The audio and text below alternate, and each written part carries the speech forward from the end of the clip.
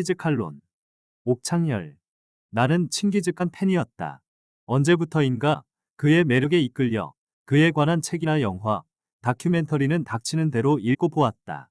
오래전 미국 연수 시절에도 맨 처음 들른 비디오 가게에서 그에 관한 테이프부터 찾았다. 포르노가 합법인 나라라 재미있는 것이 즐비했지만 우선순위에서 그에 밀렸다. 그 매력이 무엇이길래 그렇게 열광했던가. 칭기즈칸은 800여 년 전 북쪽의 작고 미개한 나라 몽골에서 태어났다. 당시 몽골의 인구는 200만에 불과했는데 자기 이름자도 쓸 줄 몰랐던 그가 어떻게 국력을 조직화하여 강대한 이웃 나라들을 정복하고 150배에 달하는 동서양 3억 인구를 지배할 수 있었는지 그것이 알고 싶었다. 그 의문에 대한 해답은 책이나 영상물을 통해 어느 정도 얻었지만 몽골 현지 답사를 못하여 아쉬움이 남았는데 은퇴 후 드디어 여행 기회를 잡았다. 여행을 통해 그의 자취를 더듬어 보고서야 모든 그림이 활용점정한 듯 선명하게 떠올랐다. 몽골은 오랜 기간 공산주의 체제를 겪으면서 침체했던 경제가 아직도 회복되지 않은 상태였으나 칭기즈칸의 동상을 곳곳에 건립하여 옛 영화를 재현하려 애쓰는 모습이 역력했다. 수도 울란바토르를 거쳐 그가 태어난 고향 인근에서 캠핑하면서 현지 전통 음식인 양고기 구이 허르헉을 맛보고 몽골 말도 타보았다. 초원지대에서 그가 도망 다니던 시절 잡아먹던 들쥐 타르박이 파놓은 굴과 야생마도 구경했다.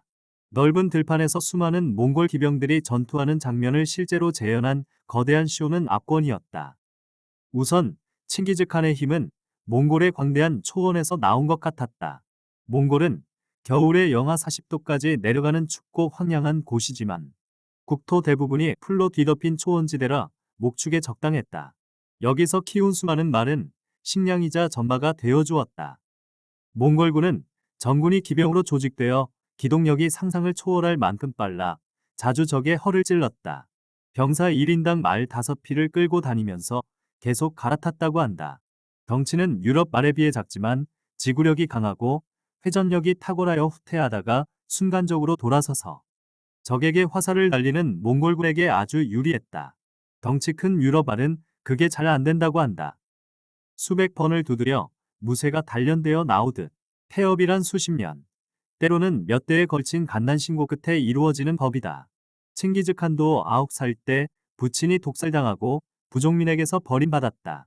갓 결혼한 아내를 메르키트족에 빼앗겼다가 되찾아왔을 때는 적장에 아이를 베고 있었다.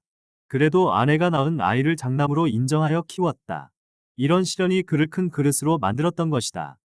능력이 있는 자는 신분의 귀천을 막론하고 중용했고 전리품은 공평하게 나누었다. 하급 병사들과 같은 음식을 먹고 같은 천막에서 잠을 잤다. 원래 유목민이라 농경민족처럼 거대한 궁궐을 짓고 사치하는 일도 없었다.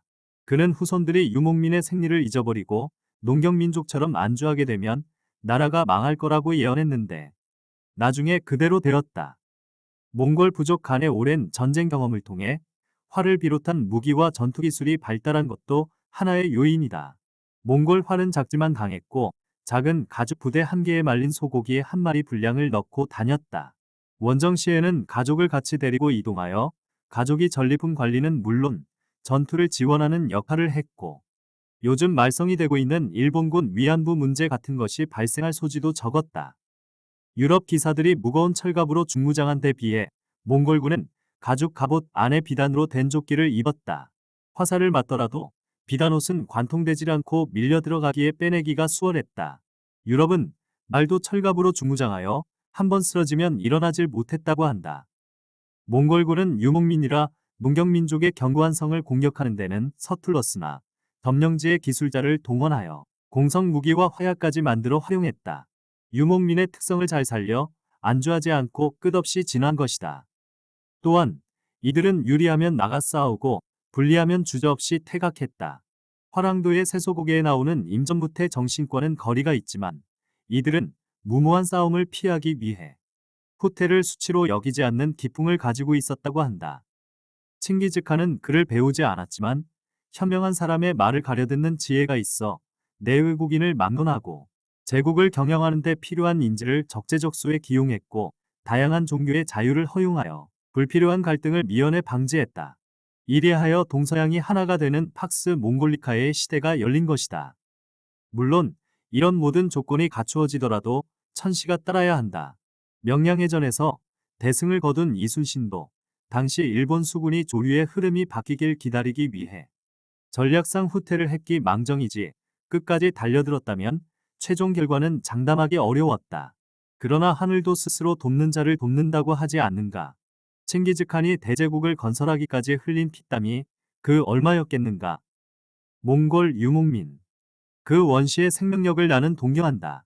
21세기 인터넷 유목의 시대, 세계화의 시대에 다시 한번 칭기즈칸의 역동적이고 포용력 있는 정신이 이 땅에 살아 숨쉬길 기대한다.